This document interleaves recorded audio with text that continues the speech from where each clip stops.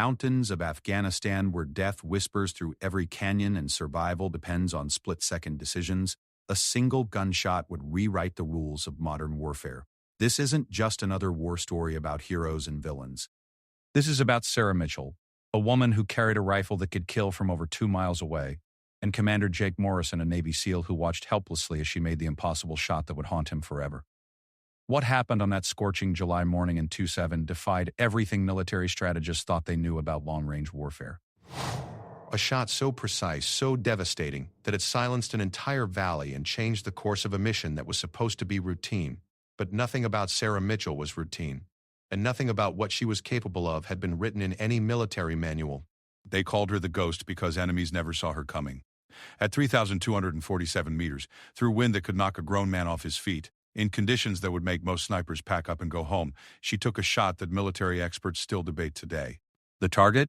A high-value enemy commander who had evaded capture for 3 years, surrounded by his personal guard, in what everyone believed was an impenetrable mountain fortress. But this story isn't just about that shot.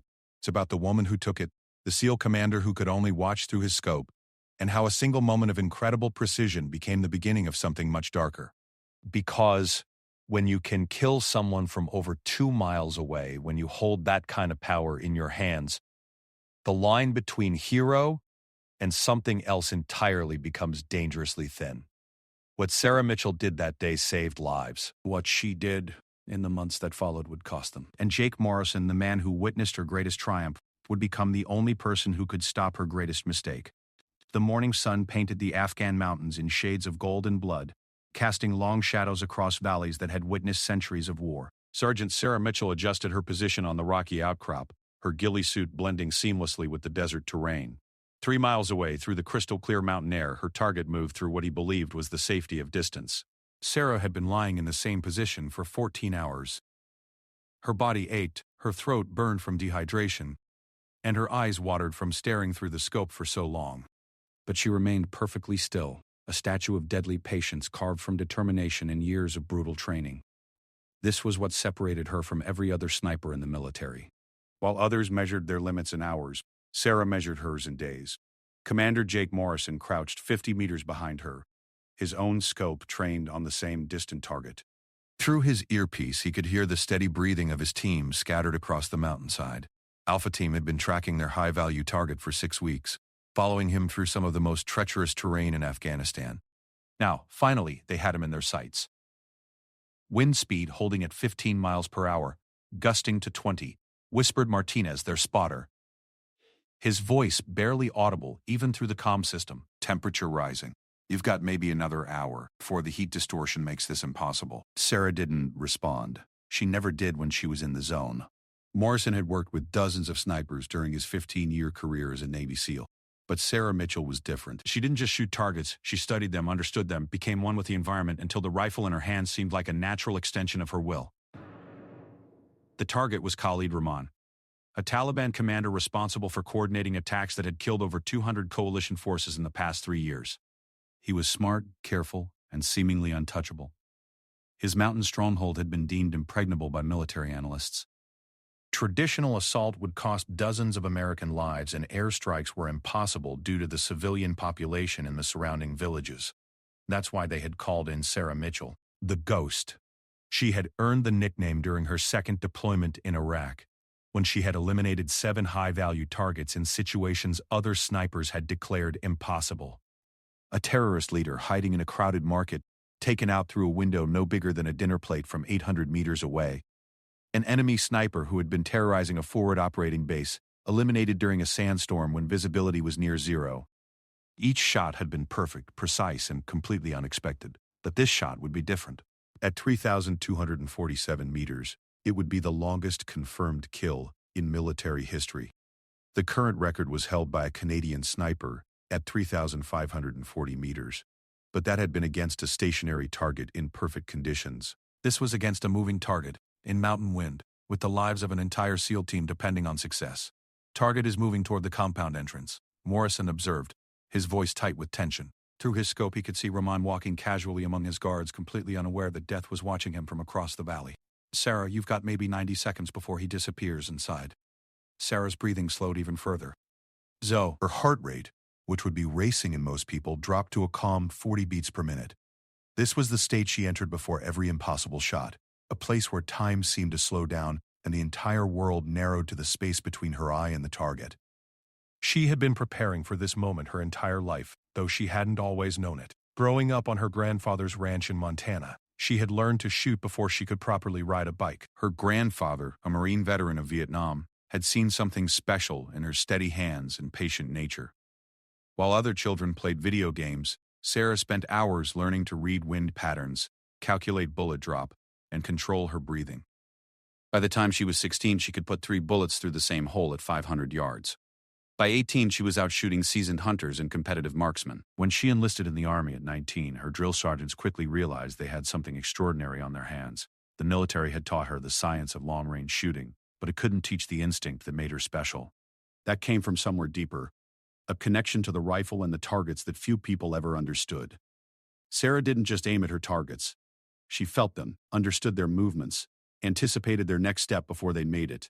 70 seconds, Morrison whispered, his own tension bleeding through the comm system. He had seen Sarah make incredible shots before, but nothing like this. The mathematics alone were staggering. At this distance, the bullet would take over 4 seconds to reach the target. Raman would take several steps during that time.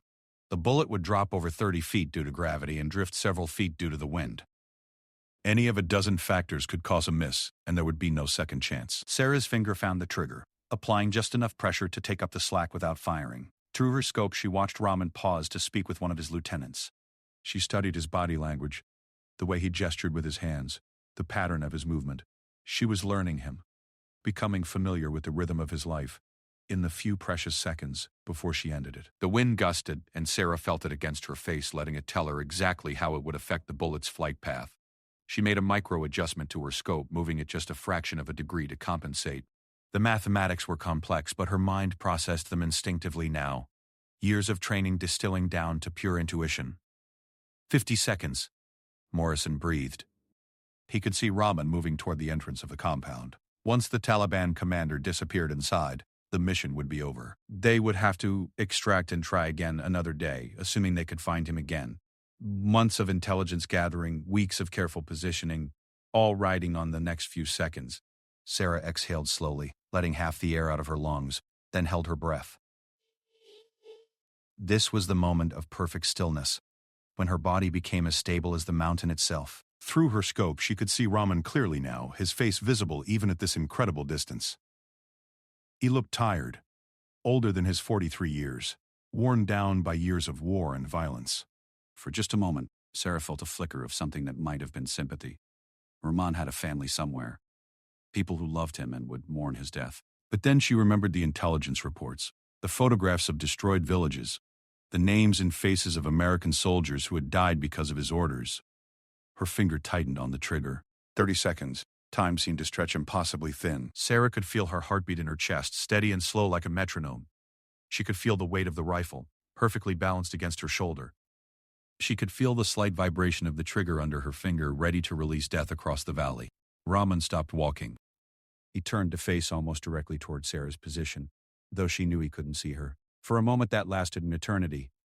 The Taliban commander stood perfectly still, silhouetted against the brownstone walls of his fortress. It was as if he sensed something, some instinctive warning that danger was near, but it was already too late. Sarah squeezed the trigger. The rifle spoke with a sharp crack that echoed off the canyon walls. The powerful recoil drove the weapon back against her shoulder, but Sarah was already riding it, maintaining her sight picture to spot the impact. For 4.5 seconds, the specially manufactured .338 Lapua Magnum bullet flew through the thin mountain air, its trajectory a perfect arc of physics and skill. Morrison watched through his own scope as Raman suddenly stumbled backward, his chest exploding in a spray of blood. The Taliban commander crashed to the ground, his body going instantly limp in the way that told experienced soldiers the shot had been fatal. Around him, his guards spun in confusion, looking for a threat they couldn't see, couldn't understand. Target down. Morrison whispered into his comm, his voice filled with amazement. Clean kill. I repeat, target is down. Across the valley, chaos erupted as Raman's followers realized their leader was dead. But their confusion bought Alpha Team the precious seconds they needed to begin their extraction. The impossible shot had been made, the mission accomplished, and Sarah Mitchell had just rewritten the record books. But as she began to break down her rifle, Sarah felt something she had never experienced after a successful shot. Instead of the usual satisfaction of a job well done, she felt empty, hollow. The shot had been perfect, but somehow it felt like the beginning of something rather than the end. She didn't know it yet, but that feeling would prove to be prophetic. The shot that made her famous would also begin her descent into something much darker, and Commander Morrison, who had witnessed her greatest triumph, would soon find himself in the impossible position of hunting the woman who had just made military history. As the team began their extraction down the treacherous mountain paths, Sarah took one last look back at the compound where Raman's body lay cooling in the Afghan sun. She had killed many men during her military career, but this one felt different. This one felt personal. And that, she would later realize, was the first sign that something fundamental had changed inside her. The ghost had made her most famous shot. But in doing so, she had also taken the first step toward becoming something far more dangerous than anyone could have imagined. 3 weeks after the record-breaking shot, Sarah Mitchell sat in a sterile debriefing room at Bagram Airfield, staring at photographs of Khalid Rahman's compound spread across the metal table. General Patricia Hayes, a stern woman with silver hair and sharp eyes, studied the after-action reports while Sarah waited in silence. The room smelled of recycled air and strong coffee, institutional odors that had become as familiar to Sarah as gunpowder and mountain wind. Outside the small window, she could see transport planes landing and taking off in an endless cycle, carrying soldiers to and from combat zones across Afghanistan. The shot has been verified by 3 independent sources, General Hayes said finally, her voice carrying the weight of authority earned through 30 years of military service. 3,247 meters, confirmed kill, tactical situation resolved with 0 friendly casualties. It's being written up for the record books. Sarah nodded but said nothing. Since returning from the mountains, she had found herself increasingly reluctant to talk about the shot. Every interviewer, every intelligence officer, every curious fellow soldier wanted to know how she had done it, what it felt like, how she had managed to make the impossible possible. But the truth was, Sarah wasn't entirely sure herself. The shot had felt different from all the others. Not just because of the distance, but because of something deeper, something that had changed inside her when she pulled that trigger. She had been replaying it in her mind constantly, not with pride, but with a growing sense of unease. There's going to be media attention, General Hayes continued, shuffling through the papers. The brass wants to use this for recruitment, morale building. A female sniper breaking records, showing that American military training and technology can overcome any obstacle. You're going to be famous, Sergeant Mitchell. The word famous hit Sarah like a physical blow. She had never wanted fame, had never sought attention. She became a sniper because she was good at it, because it saved the lives of her fellow soldiers, because it was a way to serve her country with the skills she possessed. The idea of becoming a poster child for military recruitment made her stomach turn. Commander Morrison had been notably absent from the debriefing process, and Sarah found herself wondering where he was. During the extraction from the mountains, he had seemed different somehow. Quieter than usual. She had caught him looking at her with an expression she couldn't quite read, something between admiration and concern. I'd prefer to avoid the media attention, General, Sarah said quietly. I just want to do my job. General Hayes smiled. But it wasn't a warm expression. It was the smile of someone who had learned that military service rarely allowed soldiers to avoid things they preferred not to do. I'm afraid that's not going to be possible. The shot is already generating interest at the highest levels of the Pentagon. There are going to be interviews, maybe a book deal, documentary crews. The American people need heroes, Sergeant. And right now, you're it. After the meeting, Sarah walked alone across the sprawling base, past rows of temporary buildings and defensive positions that had become a small city in the middle of a war zone. Soldiers nodded respectfully as she passed, word of the record shot having spread quickly through the military community. Some pointed discreetly, whispering to their companions about the woman who could kill from over 2 miles away. She found Morrison in the communications center, hunched over a computer terminal, typing what appeared to be yet another report. His face was drawn, tired lines around his eyes that hadn't been there before the mission. When he saw her approach, he minimized the screen and turned in his chair. How did debriefing go? He asked, though his tone suggested he already knew the answer. They want to make me a celebrity, Sarah replied, taking a seat beside him. Media tours, interviews, the whole circus. I didn't sign up for that. Morrison was quiet for a long moment, his gaze distant. Finally, he said, I've been thinking about that shot a lot. Not just the technical aspects, but what it means. What it says about where warfare is heading. Sarah felt a chill run down her spine. There was something in Morrison's voice, a note of concern that she had never heard before. What do you mean? 3,247 meters, Morrison said slowly. That's over 2 miles, Sarah. You killed a man from over 2 miles away. He never saw you, never had any idea you existed, never had even the theoretical possibility of defending himself. From his perspective, he was just walking across his compound, completely safe, and then he was dead. The words hung in the air between them, heavy with implications that Sarah was only beginning to understand. She had been so focused on the technical challenge of the shot, the wind calculations and bullet drop computations, that she hadn't fully considered the broader meaning of what she had accomplished. That's what snipers do, she said, but even as the words left her mouth, they felt inadequate. No. Morrison shook his head. What you did goes beyond traditional sniping. Traditional sniper doctrine talks about ranges of 800 to 1,200 meters for most engagements. Even the best snipers rarely engage targets beyond 1,500 meters in combat situations. You nearly doubled the longest confirmed kill shot in military history. You've pushed the boundaries of what's humanly possible. Sarah found herself thinking about Rahman in his final moments, the way he had paused and seemed to sense something wrong just before she pulled the trigger. Had he felt her watching him? Had some primitive survival instinct tried to warn him that death was approaching from an impossible distance? I've been having dreams about it, she admitted quietly. Not nightmares exactly, but strange dreams. I see the shot from his perspective, feel what it must have been like to die without warning, without understanding. Morrison leaned forward, his expression serious. That's not unusual after a high-stress engagement. But Sarah, I need you to understand something. That shot has attracted attention from people way above our pay grade. There are discussions happening about how to replicate it, how to train other snipers to achieve similar results, how to weaponize what you've accomplished.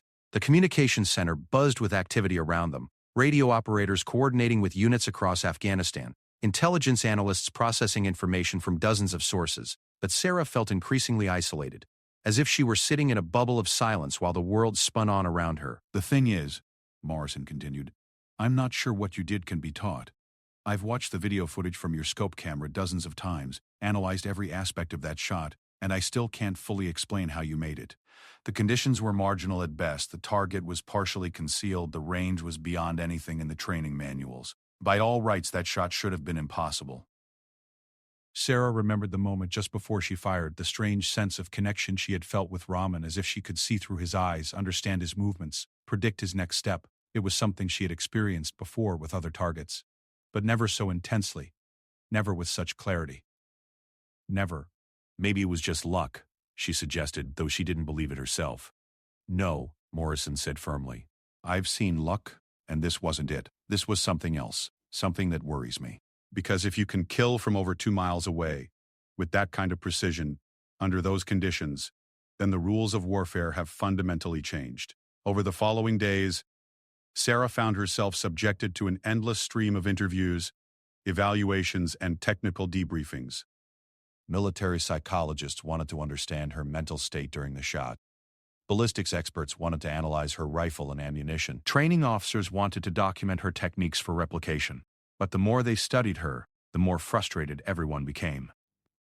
Sarah couldn't adequately explain how she had made the shot because she didn't fully understand it herself. The technical aspects were straightforward enough. The mathematics of long-range shooting were well established. But there was something else, something intuitive and instinctive that couldn't be quantified or replicated. Dr. Elizabeth Warren, a military psychologist assigned to evaluate Sarah's fitness for continued duty, seemed particularly perplexed by her findings. During one of their sessions, she spread a series of test results across her desk and frowned at the data. Your psychological profile is fascinating, Sergeant Mitchell, Warren said, adjusting her glasses. Most snipers show elevated stress responses after long-range kills, especially record-breaking shots like yours. But your cortisol levels, heart rate variability, and sleep patterns all suggest that you're actually more calm and centered now than you were before the mission. Sarah shifted uncomfortably in her chair. She had noticed the change herself, a strange sense of peace that had settled over her since returning from the mountains. But rather than being comforting, it felt ominous, like the calm before a storm. Is that unusual? She asked. Highly unusual, Doctor. Warren replied. In fact, I've never seen anything quite like it. Most soldiers experience some level of psychological impact after taking a life, especially under such extraordinary circumstances. But you seem to have achieved a level of emotional equilibrium that's almost superhuman. The word superhuman sent another chill through Sarah. She didn't want to be superhuman. She wanted to be a soldier, a protector, a defender of her country and her fellow service members. But something was happening to her. Something that was taking her further and further away from the person she had been before that morning in the mountains. That evening, she found herself on the shooting range, alone with her rifle and a series of targets at various distances. The base was quieter at night, most personnel either sleeping or on duty elsewhere. Sarah enjoyed the solitude, the chance to reconnect with the simple, pure relationship between herself and her weapon. She started with close targets, 100 meters, then 300, then 500. Each shot was perfect, the bullets striking exactly where she aimed with mechanical precision. But as she moved to longer ranges, something strange began to happen. The targets seemed to grow larger in her scope, clearer and more detailed than should have been possible. She could see individual fibers in the paper, count the rings in the scoring zones, make out tiny imperfections in the printing. At 1,000 meters shooting in near darkness with only minimal artificial lighting, she put 5 rounds through a group smaller than a quarter. The range officer, a grizzled sergeant with 20 years of experience, stared at the target through his spotting scope in disbelief. "Ma'am," he said slowly, "I've never seen shooting like that." Not under these conditions, not at this distance. That's not human-level marksmanship. Sarah lowered her rifle, feeling that same empty sensation she had experienced after killing Raman. She was becoming something other than human, something that could reach across impossible distances and touch death with surgical precision. And for the first time since joining the military, she began to wonder if that was truly a good thing. As she cleaned her rifle and prepared to return to her quarters, Sarah caught sight of Commander Morrison watching her from the shadows near the range office. How long had he been there? How much had he seen? And why did the expression on his face look less like admiration and more like fear? 2 months after the record shot, Sarah Mitchell stood on a stage at the Pentagon, facing a room full of reporters, military officials, and government dignitaries. The ceremony was meant to celebrate her achievement and present her with the Distinguished Service Cross, but Sarah felt like she was attending her own funeral. General Hayes introduced her with glowing praise, describing the tactical situation and the precision required for the shot. The audience listened with rapt attention as the details were revealed. The distance, the conditions, the split-second timing that had made the impossible possible. When Sarah finally approached the podium to accept her medal, the applause was thunderous. But as she looked out at the sea of faces, Sarah saw something in their eyes that disturbed her deeply. It wasn't just admiration or respect. It was hunger. These people wanted her to be something more than human, wanted her to represent some ideal of American military superiority that could reach out and touch enemies anywhere in the world. "Thank you," she said simply into the microphone, her voice steady despite her inner turmoil. "I'm honored to serve my country and my fellow service members. This medal belongs to all of them as much as it belongs to me." The speech was brief, professional, and gave the media exactly nothing they could use to sensationalize her story further. But as Sarah left the stage, she noticed Commander Morrison standing near the back of the room, his arms crossed, his expression unreadable. Later that evening, at the mandatory reception following the ceremony, Sarah found herself cornered by a defense contractor who introduced himself as Richard Blackwood. He was a thin man with expensive clothes and hungry eyes, the kind of person who saw military service members as resources to be exploited rather than human beings to be respected. "Sergeant Mitchell," he said, extending a manicured hand. "Richard Blackwood, Advanced Combat Solutions. I've been hoping to speak with you about some exciting opportunities." Sarah shook his hand reluctantly, already knowing she wasn't going to like whatever came next.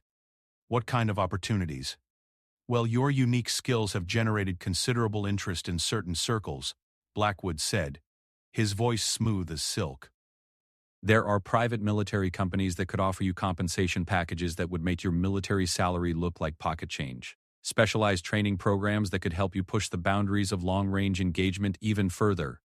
"I'm not interested in private military work," Sarah replied coldly. Blackwood smiled, but it didn't reach his eyes.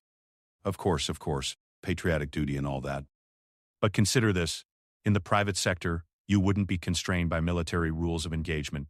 You could explore the full potential of your abilities without bureaucratic limitations. Something about the way he said full potential made Sarah's skin crawl. She excused herself and walked away, but she could feel Blackwood's eyes following her across the room. As she navigated through clusters of chattering officials and reporters, she overheard fragments of conversations that made her increasingly uncomfortable. Imagine if we could put snipers like her in key positions around the world. The psychological impact alone would be devastating to enemy morale. 3 miles might not even be her maximum range. Sarah stepped outside onto a Pentagon balcony, grateful for the cool evening air and the chance to escape the suffocating atmosphere inside. The lights of Washington, D.C. spread out below her, millions of people living their lives unaware that they were being protected by soldiers like her who were willing to take lives to preserve their freedom. Quite a circus in there. Morrison's voice came from behind her. Sarah turned to find him standing in the doorway, looking as uncomfortable with the celebration as she felt. "I didn't expect to see you here," she said. "The brass thought it would be good optics to have the mission commander present for the ceremony," Morrison replied, moving to stand beside her at the railing. "But honestly, I'd been wanting to talk to you." What comes next? What do you mean? Morrison was quiet for a long moment, staring out at the city lights. When he finally spoke, his voice was heavy with concern. "I've been doing some research, talking to people who study the psychological effects of long-range killing, what you've accomplished, the distance you achieved. It's unprecedented. But it's also dangerous." Sarah felt a familiar chill run down her spine. "Dangerous how?" "There's a concept in psychology called moral injury," Morrison explained. "It happens when soldiers are forced to violate their own ethical codes, when they have to do things that conflict with their fundamental beliefs about right and wrong. Most combat soldiers experience it to some degree, but they also have the human connection that comes with close-quarters combat. They see their enemies as human beings, which helps maintain some level of moral equilibrium." Sarah began to understand where he was going with this, and she didn't like it. "But what you do is different," Morrison continued. "You kill from such extreme distances that your targets barely register as human beings. They're objects in a scope, problems to be solved with mathematics and physics. There's no human connection, no moment of recognition between combatants. Just clinical, precise elimination." "That's the point," Sarah said quietly. "Clean kills, minimal collateral damage, maximum tactical effectiveness." Yes, but at what cost to you as a human being? Morrison turned to face her directly. "I've been watching you, Sarah. Ever since that shot in Afghanistan, you've been changing. You're calmer, more focused, but also more distant. It's like you're becoming detached from your own humanity." Sarah wanted to argue, but she couldn't deny the truth in his words. She had noticed the changes herself. The way emotions seemed muted now. The way other people seemed somehow less real than they had before. The world was becoming a series of targets and non-targets, threats and neutrals, problems to be solved with precise application of force. "Maybe that's what it takes to be effective at this level," she suggested. "Maybe," Morrison agreed. "But effectiveness isn't the only measure that matters. The military exists to serve humanity, not to create perfect killing machines that have lost touch with their own humanity." Their conversation was interrupted by the appearance of General Hayes, who stepped onto the balcony with a satisfied expression on her face. "There you are, Sergeant Mitchell. The media is asking for follow-up interviews, and there are some very interesting people inside who want to meet you." "Actually, General, I was hoping to discuss Sergeant Mitchell's next assignment." Morrison interjected smoothly. Hayes raised an eyebrow. "Oh? I wasn't aware you were involved in personnel decisions, Commander. Special Operations has requested her for a classified program." Morrison lied smoothly. "Time-sensitive deployment, high-priority targets. I need to brief her tonight." It was a transparent fabrication, but Hayes seemed willing to go along with it. "Very well, but don't keep her too long. She has a full schedule of media appearances starting tomorrow." After Hayes left, Morrison and Sarah stood in silence for several minutes. Finally, Morrison said, "I did some checking on that contractor who was talking to you earlier. Richard Blackwood. His company has contracts in some very gray areas. Assassination programs, destabilization operations, activities that exist in the shadows between legitimate military action and state-sponsored terrorism." "You think he's recruiting me?" "I think he's trying to determine if you can be bought," Morrison replied. "And if you can't be bought, whether you represent a threat that needs to be neutralized." The implication hit Sarah like a physical blow. She had become so skilled, so uniquely capable, that she was now seen as either an asset to be acquired or a problem to be eliminated. There was no middle ground, no option to simply be a soldier serving her country. "What are you suggesting I do?" she asked. Morrison hesitated, clearly struggling with his own conscience. I'm suggesting that maybe it's time to consider whether your unique abilities are compatible with continued military service. Whether the person you're becoming can coexist with the person you want to remain. Over the following weeks, Sarah found herself under increasing pressure from multiple directions. The media wanted her to be a symbol of American military prowess. The military wanted her to train other snipers and develop new long-range engagement protocols. Defense contractors wanted to hire her for private operations.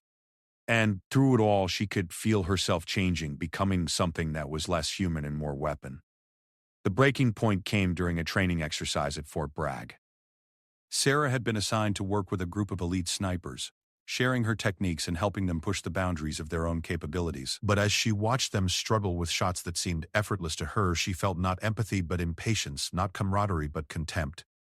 They were weak, limited by their human frailties and emotional attachments. They hesitated when they should have acted, worried about consequences when they should have focused on results. They were everything she had once been, and everything she was no longer. During a break in the training, one of the younger snipers approached her with obvious admiration.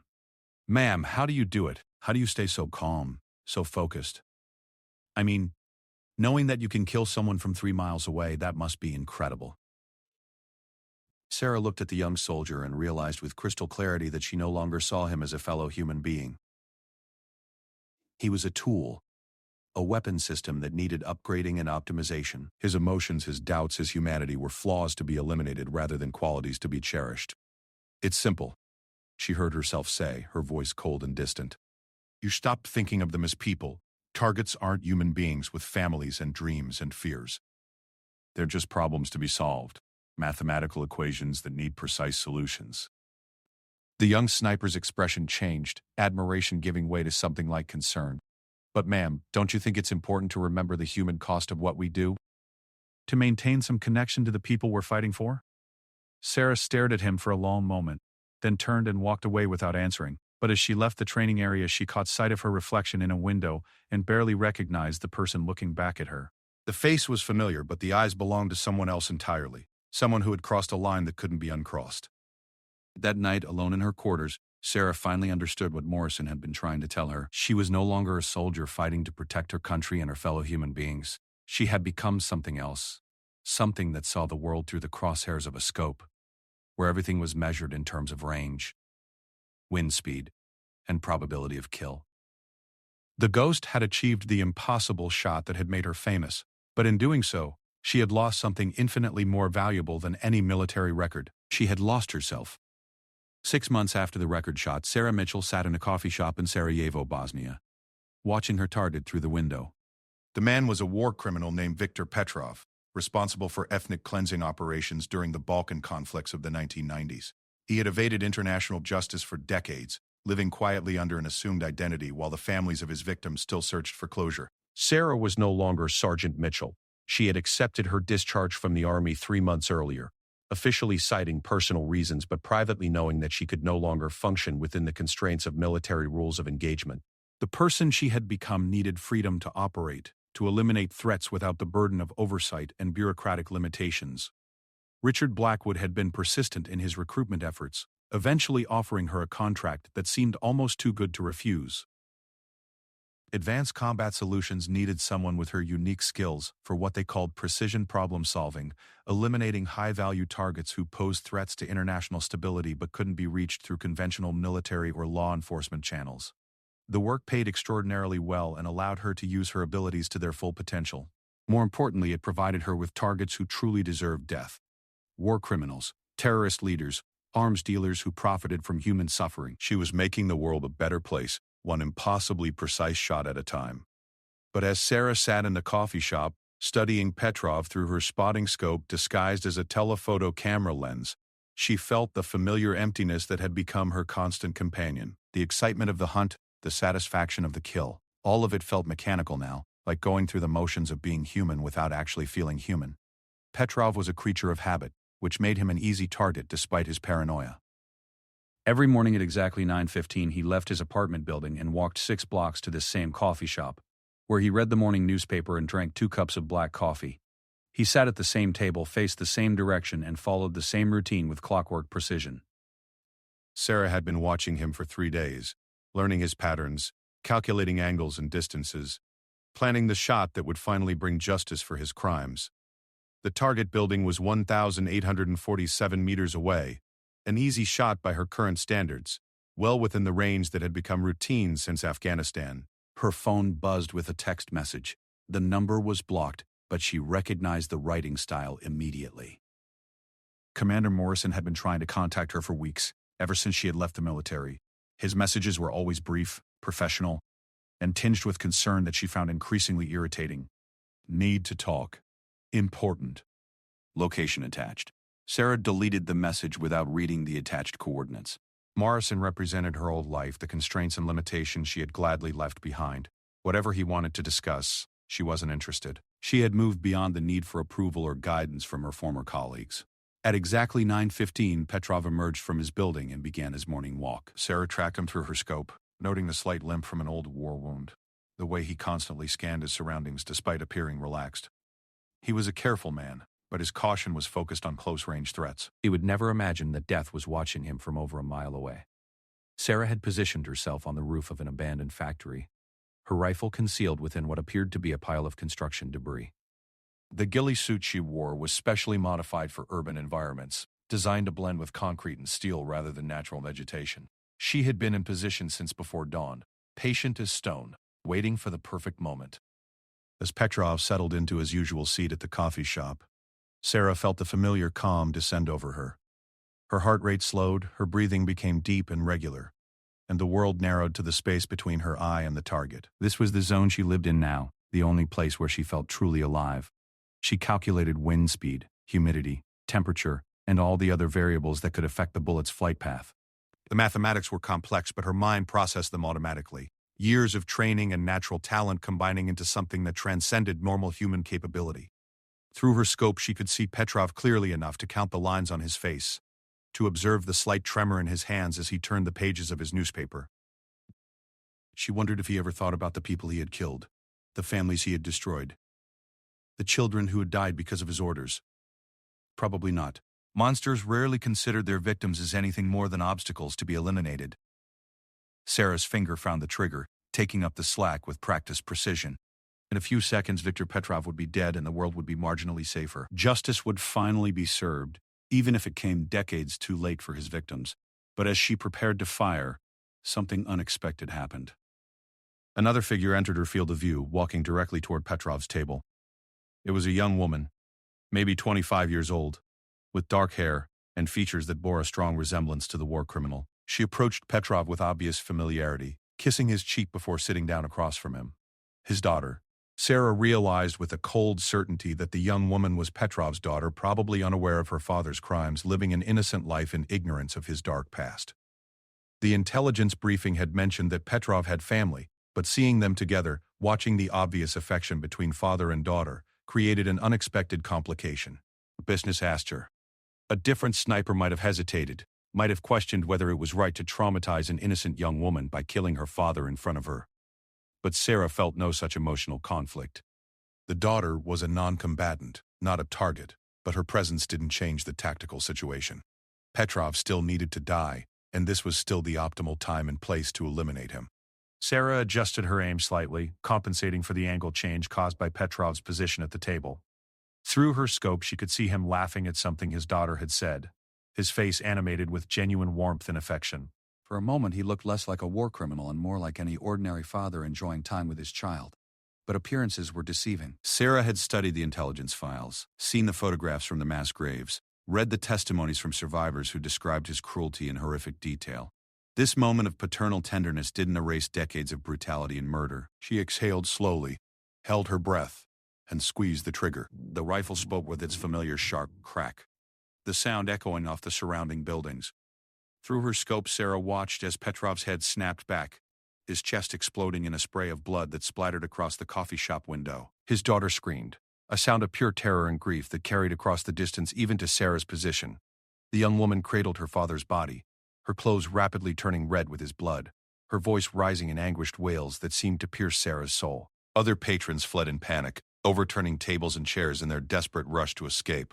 Within minutes, police sirens began wailing in the distance. Sarah had already begun breaking down her rifle, moving with the efficient speed that had become second nature. The shot had been perfect, the target eliminated, the mission accomplished.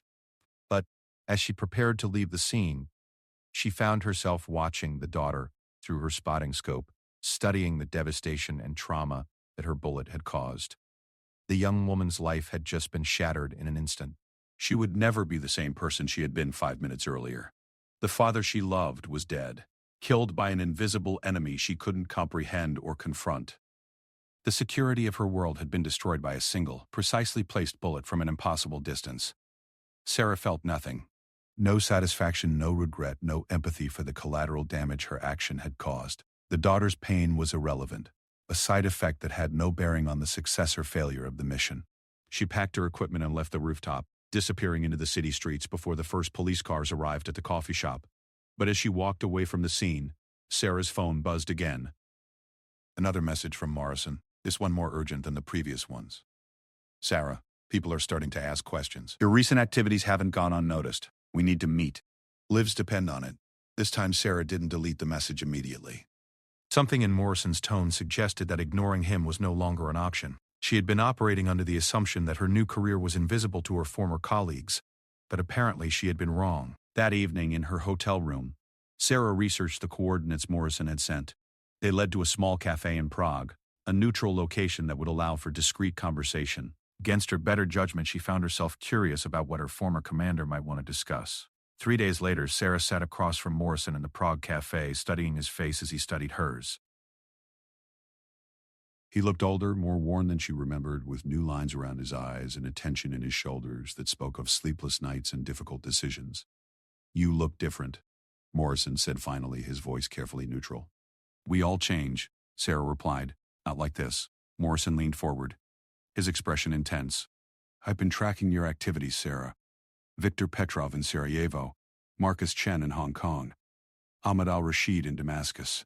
8 kills in 6 months, all high-value targets, all eliminated with impossible precision from impossible distances. Sarah remained silent, neither confirming nor denying his accusations. The problem, Morrison continued, is that you're not the only one who's been tracking these deaths. Intelligence agencies around the world are starting to notice patterns. They're calling you the long-distance killer. They know someone with unprecedented sniper capabilities is eliminating targets across multiple continents. Are you here to arrest me? Sarah asked calmly. Morrison shook his head. I'm here to warn you. Because while you've been playing judge, jury, and executioner around the globe, you've attracted the attention of some very dangerous people. People who don't appreciate freelance operators eliminating their assets. He slid a photograph across the table. It showed Sarah leaving the factory building where she had shot Petrov, her face clearly visible to a security camera she had failed to notice. They know who you are, Sarah. They know what you're capable of. And they've decided that you represent a threat that needs to be neutralized. Sarah studied the photograph with clinical detachment. It was a tactical error, a mistake born of overconfidence and complacency. She had been so focused on the target that she had failed to properly scout her extraction route.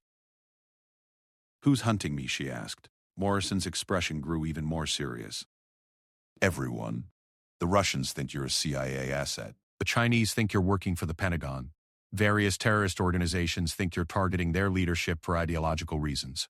Criminal syndicates think you're eliminating their competition. Everyone has a theory, and all of them involve putting you in the ground. And what do you think? Morrison was quiet for a long moment, studying her face with the intensity of someone searching for traces of a person he used to know. I think you become something that shouldn't exist. I think that shot in Afghanistan broke something fundamental inside you, and now you're a weapon without proper guidance or control. I think you've forgotten that the people you're killing, however much they might deserve to die, are still human beings with families and connections and consequences. Sarah thought about Petrov's daughter, the sound of her screams echoing across the Sarajevo morning. For just a moment she felt something that might have been regret, but the feeling passed quickly, replaced by the cold certainty that had become her default state. What do you want from me, Jake? She asked, using his first name for the first time in their professional relationship. Morrison leaned back in his chair, suddenly looking exhausted. I want you to disappear. Completely new identity, new life, somewhere far away from all of this. Because if you don't, I'm going to have to hunt you down myself. The words hung in the air between them, heavy with implication and sadness. Sarah realized that Morrison wasn't just warning her about external threats, he was telling her that he had been tasked with eliminating her if she couldn't be controlled. And if I refuse? Morrison's expression became stone cold. And for the first time, Sarah saw her former commander as he truly was. Not just a leader of men, but a killer every bit as skilled and dangerous as herself. Then you'll discover that you're not the only one who can make impossible shots, Sarah. The difference is, I still remember why some targets deserve to live.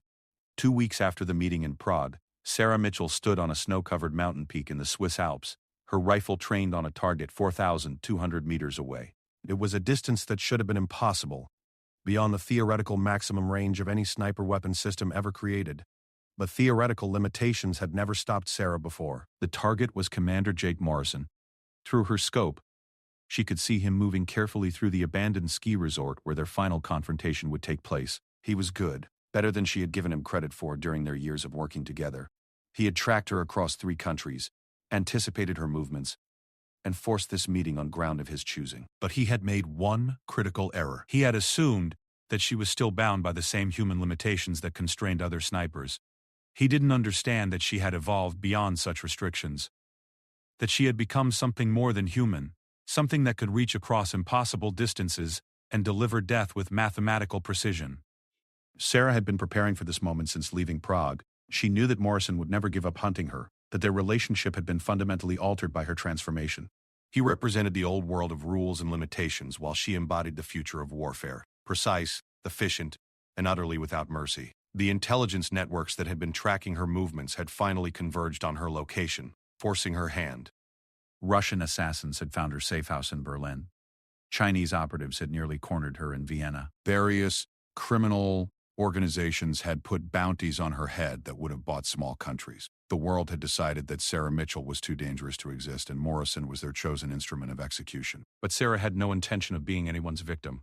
The ski resort spread out below her like a 3-dimensional chessboard, its buildings and chairlifts creating a complex pattern of cover and concealment. Morrison was moving systematically through the area, checking each building, following protocols that Sarah had helped develop during their time together. He was thorough, professional, and completely predictable. Sarah's phone buzzed with an incoming call. The display showed Morrison's number, and after a moment's consideration, she answered. "I know you're watching me." Morrison's voice came through clearly despite the distance and wind. "The question is whether you're going to take the shot." "Why wouldn't I?" Sarah replied, her voice calm despite the enormity of what she was contemplating. "Because somewhere inside that thing you've become, there's still a trace of the person I used to know. The person who joined the military to protect people, not to become the world's most efficient killer." Through her scope, Sarah could see Morrison standing in the open now, making no attempt to hide or seek cover. He was giving her a clear shot, daring her to pull the trigger on someone who had once been her friend and commander. "That person is dead," Sarah said simply. "She died in Afghanistan when she realized what she was truly capable of." "No." Morrison's voice carried a note of sadness that almost penetrated Sarah's emotional armor. "She died when she forgot that capability without conscience is just another form of monstrosity." Sarah adjusted her scope, compensating for the extreme range and the swirling mountain winds. The shot would be the longest in human history, a feat that would redefine what was possible in long-range warfare. It would also be the end of the only person who had ever truly understood her transformation. "Do you remember why you became a sniper?" Morrison asked, apparently in no hurry to end their conversation. "To serve my country," Sarah replied automatically. "No, that's why you became a soldier." You became a sniper because you wanted to protect people. You told me once that every shot you took was about saving lives. Your fellow soldiers. Innocent civilians. People who couldn't protect themselves. When did that change? Sarah found herself thinking about the record shot in Afghanistan. About Khalid Rahman, and the moment when everything had shifted inside her. She remembered the satisfaction of the kill, the pride in her technical achievement, and the gradual realization that she was capable of things no human should be able to do. "It changed when I realized that protection sometimes requires elimination," she said. When I understood that the world is full of people who deserve to die, and I have the skills to give them what they deserve. And who decides what they deserve? Morrison's question hung in the cold mountain air. You? Based on what authority? What gives you the right to be judge, jury, and executioner? The same authority that sent us to kill Raman, Sarah replied. The same authority that puts weapons in our hands and points us at targets. The only difference is that I no longer need orders to do what needs to be done. Through her scope, she could see Morrison shaking his head sadly. The difference is accountability, Sarah. The difference is having someone to answer to, having limits on what you're allowed to do. Without that, you're not a protector anymore. You're a very efficient monster. Sarah's finger tightened on the trigger. At this range, with these conditions, the shot was at the very edge of possibility even for her. The bullet would take nearly 6 seconds to reach its target, dropping almost 50 feet due to gravity and drifting significantly due to wind. She would need to account for the rotation of the Earth itself, the minute changes in air pressure and temperature along the bullet's flight path, but she had made impossible shots before. She had redefined the boundaries of human capability and then transcended those boundaries entirely. This shot would be her masterpiece. The final proof that she had evolved beyond the limitations that constrained ordinary humans. I've been thinking about that young woman in Sarajevo, Morrison said suddenly. Petrov's daughter. Have you? The words hit Sarah like a physical blow, penetrating her emotional armor in a way that surprised her.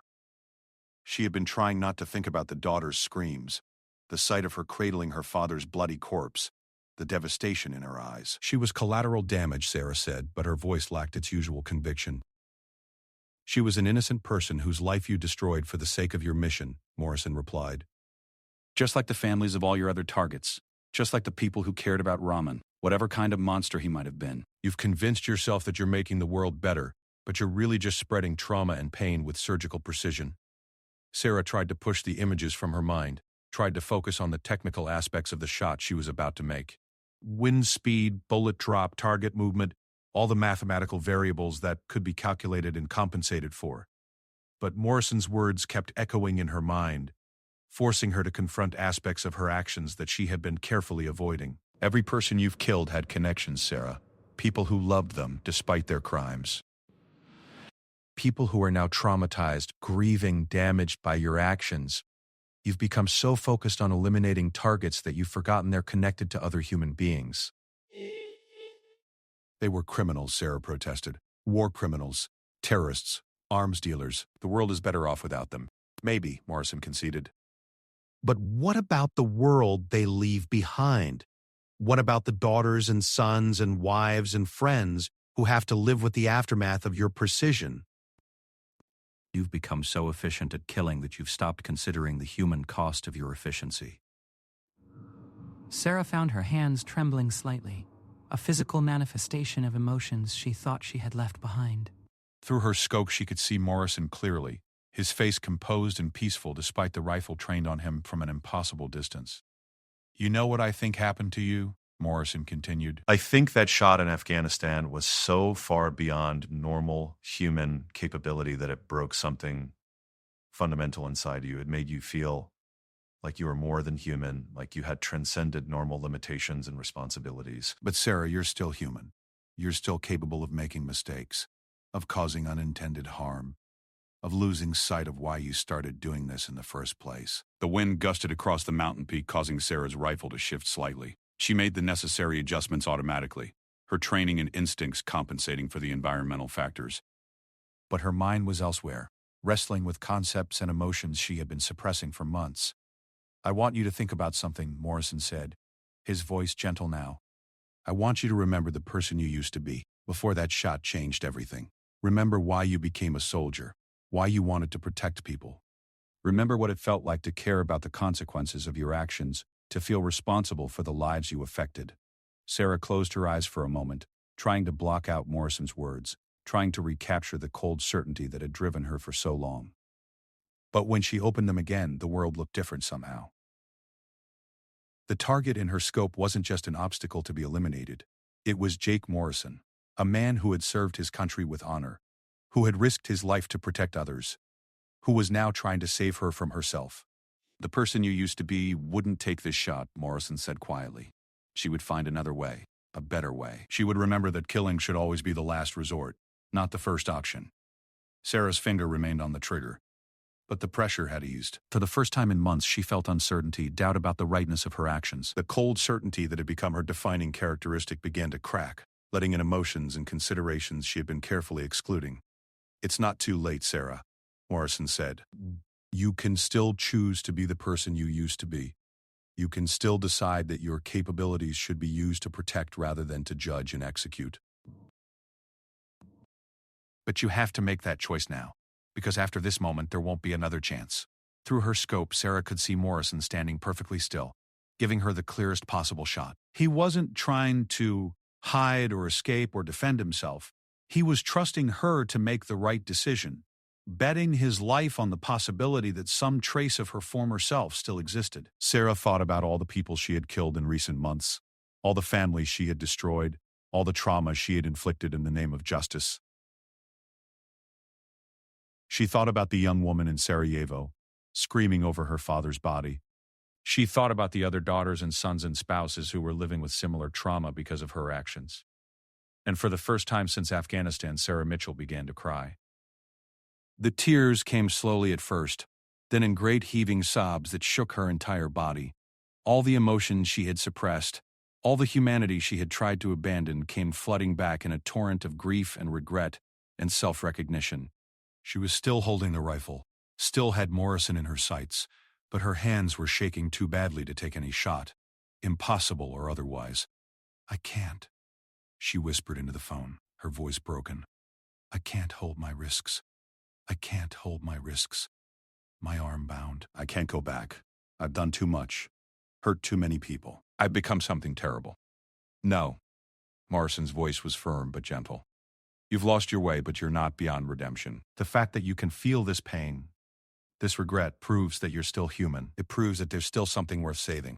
Sarah lowered her rifle, the weapon that had defined her life and transformed her into something monstrous. Without it pressed against her shoulder, without a target in her sights, she felt lost and vulnerable in a way she hadn't experienced since childhood. "What do I do now?" she asked.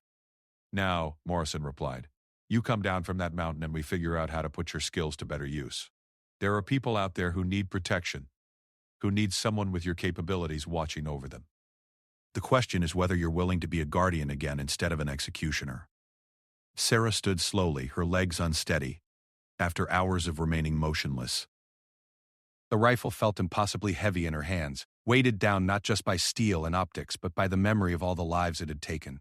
She had achieved the impossible shot that had made her famous, but in doing so, she had nearly lost everything that made her human. As she began the long descent toward the abandoned ski resort, toward Morrison and whatever future awaited her, Sarah realized that the most difficult shot of her career hadn't been the one that killed Raymond from over 2 miles away. It had been the shot she had chosen not to take, the decision to spare Morrison and try to reclaim her humanity. The ghost was dead. What remained to be seen was whether Sarah Mitchell could be reborn from the ashes of what she had become. In the distance, Morrison waited patiently, his faith in her redemption serving as a beacon of hope in the moral wilderness she had created for herself. The final distance between them was measured not in meters but in the choices that would determine whether she remained a monster or found her way back to being human.